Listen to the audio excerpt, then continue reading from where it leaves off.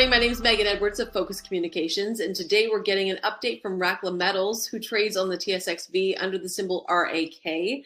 Joining me today is Rackla's VP Exploration, Scott Casselman. Scott, thank you so much for coming on the show today. Good morning, and thanks for having me again, Megan. So, Scott, to start things off, for those that are new to the Rackla story, could you introduce us to the company and your portfolio of projects along the Tombstone Gold Belt? Absolutely. Rackla is a Vancouver-based junior exploration company, and we're focused on exploring for gold in the Tombstone Gold Belt of Eastern Yukon and Western Northwest Territories. We're particularly looking for a type of deposit known as a reduced intrusion-related gold system, and this deposit type is associated with Cretaceous felsic intrusions. We have 8 properties along the Yukon-NWT border, and each of these is centered on a Cretaceous intrusion. We like this type of deposit because they can contain multi-million ounces of gold, often above 10 million. And there are a number of multi-million ounce deposits of this type in Yukon and Alaska. And some significant new recent discoveries like Snowline Gold's Valley deposit, which occurs just a short distance west of where some of our claims are. The other thing about this deposit type is they have very simple metallurgy, which makes it relatively cheap to extract gold. And over the last month, the company has announced your first phase exploration results from the Grad property in the Northwest Territories. Scott, for your audience, could you introduce us to this new property for the company? Yeah, there's a bit of a story there, Megan. The area where the Grad and Ogre properties are located was recently open for mineral exploration. That area is within the Sautudeni First Nation traditional territory, and it has been undergoing a land use planning process. The Grad area had been identified as an area for industrial development in that process, and we'd been researching that area for the past couple of years because it fell within the Tombstone Gold Belt, and the work that had been done as part of the land use planning process or the exercise there had returned some significant gold values along with other indicators that were indicated significant reduced intrusion potential. Things like Cretaceous intrusions, a reduced magnetic signature, the association of bismuth and tellurium and tungsten with the gold values. So the mineral assessment potential also tested for gold in heavy mineral concentrate samples. And they were getting anomalous gold grain counts in the heavy mineral con samples. So that was another indicator to us that this was a very exciting area, and we were waiting with bated breath for it to open up. In June of this year, the land use planning process was completed and the area opened up. We sent a crew out there shortly after it opened to do a short prospecting trip and collect some stream sediment samples and just get an overall assessment of did it kind of meet what we hoped it would look like. After that first trip, we were very impressed with what we saw. There were significant prominent gaussons along the margins of the intrusions, and we observed a surprising amount of sulfide mineralization. So that prompted us to immediately stake 2 claim groups in the area, and those you can see on this map. They're the OGR or Ogre, and that name comes from the large intrusion in the area called the O'Grady, and then the Grad property to the south.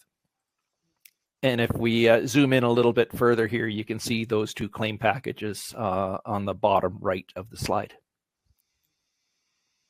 So last month, the company announced the discovery of the BiTe zone on the property that included some impressive rock and talus sampling results. Can you give us an overview of this discovery for the company? Yeah, following the claim staking, we followed that up with more prospecting, mapping, and talus fine sampling. Again, the crews were excited by what they saw on the ground as we started to zoom in on the Cretaceous intrusion. And at the southern margin on the Grad property, there are 2 intrusions there. The main intrusion, which had already been mapped by a government geologist at the north, was our primary focus. We did observe a second intrusion further to the south, but we focused in on that northern intrusion, and some of the work that the guys were doing along the southern margin, they were seeing really nice visual observations of mineralization there. And we decided to, for the rock samples that we had collected, we decided to rush the analysis on those. And we were rewarded a short time later with 2 samples that returned spectacular gold concentrations. One had 92.4 grams per ton gold, which is almost 3 ounces of gold in a rock sample, and the other had 15.9 grams, or approximately a half an ounce of gold. Each of these samples had high bismuth and tellurium values. The results told us that we were onto something significant. We're getting really good gold values, and that bismuth-tellurium association is something you really want to key in on when you're looking for a reduced intrusion system. So one thing that stands out is the high bismuth and tellurium numbers from your sampling program. Is this a common characteristic of RIRGS systems along the Tombstone Gold Belt? Yeah, typical signature of a reduced intrusion related gold system is that association of bismuth and tellurium. There's also other elements that can be associated, tungsten, sometimes as you get further away, antimony and arsenic can be associated. But bismuth and tellurium are key indicators that you're getting right into the guts of the system. And especially if you're getting gold values with a high bismuth to tellurium ratio, it can be very significant and important for these types of deposits. And we see a strong correlation of the gold values to the bismuth and tellurium. And then the bismuth gold ratio that we see there is over 3,000 bismuth to 1 gold. And the tellurium ratio is 23 to 1 tellurium to gold. So the ratio that we're seeing on Grad, unlike the other properties that we've been exploring along the belt, we see an association, but not nearly as strong, nor as high grade gold values as we're seeing at Grad. So last week, the company announced the final set of results from the 2024 program at the BiTe zone that looks to have defined a fairly significant target area. Can you walk us through the results and perhaps the company's early interpretation of this new discovery? Yeah, so on this image here, you can see where those 2 high-grade samples that we got first on. So as I mentioned, we did some talus fine sampling. You can see these dots here represent where we collected our talus fine samples. The reason we do talus fine as opposed to soil is because at the high elevation, there is no soil development. So we're just collecting the fine material in all of that scree talus slope that you see there.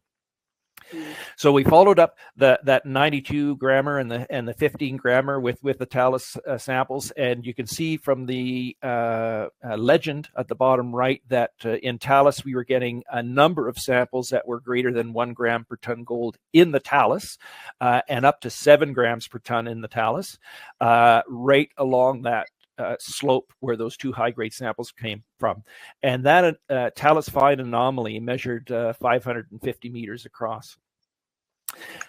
We followed up those 2 high-grade samples with additional rock sampling, and we did a trench just to the left on this image of where the high-grade samples were. That trench was 40 meters long, and 38 meters of that trench averaged 1.8 grams per ton gold.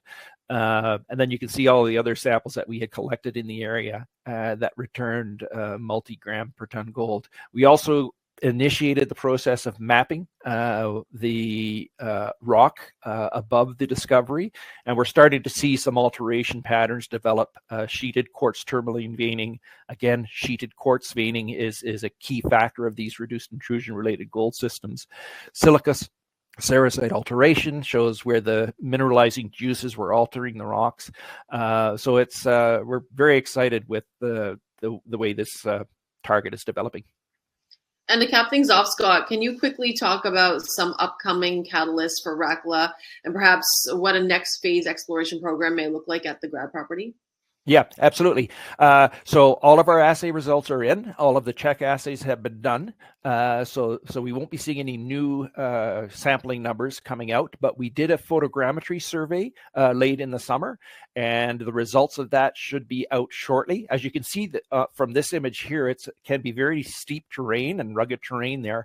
So the photogrammetry will really help us to map out the extent of the alteration, the veining, and the differing geological rock types over over the winter, we can work with that. And we've also got airborne geophysical survey was flown late in the year. So those results, the survey is done, the results are in, and we're doing an interpretation on that. So that photogram and airborne geophysics will be new products that we'll release shortly. And then we'll be going through that and planning for next year. And the plans, as I mentioned, the ground only became open for work roughly midsummer. And so we haven't even had a full summer on the project yet. So there's lots of work yet to be done, lots of ground yet to cover. But our plans for next year will be to start at BiTe, do some more trenching, expand on this trench that we have here, and do some parallel trenching just to define the extent of this mineralization. And then hopefully we'll be putting some drill holes into it a little later in the summer. Perfect. Well, once again, we want to thank you for your time today, Scott. We look forward to having you back on soon for another Rackla update. Excellent. Look to see you again soon, Megan. Thank you very much.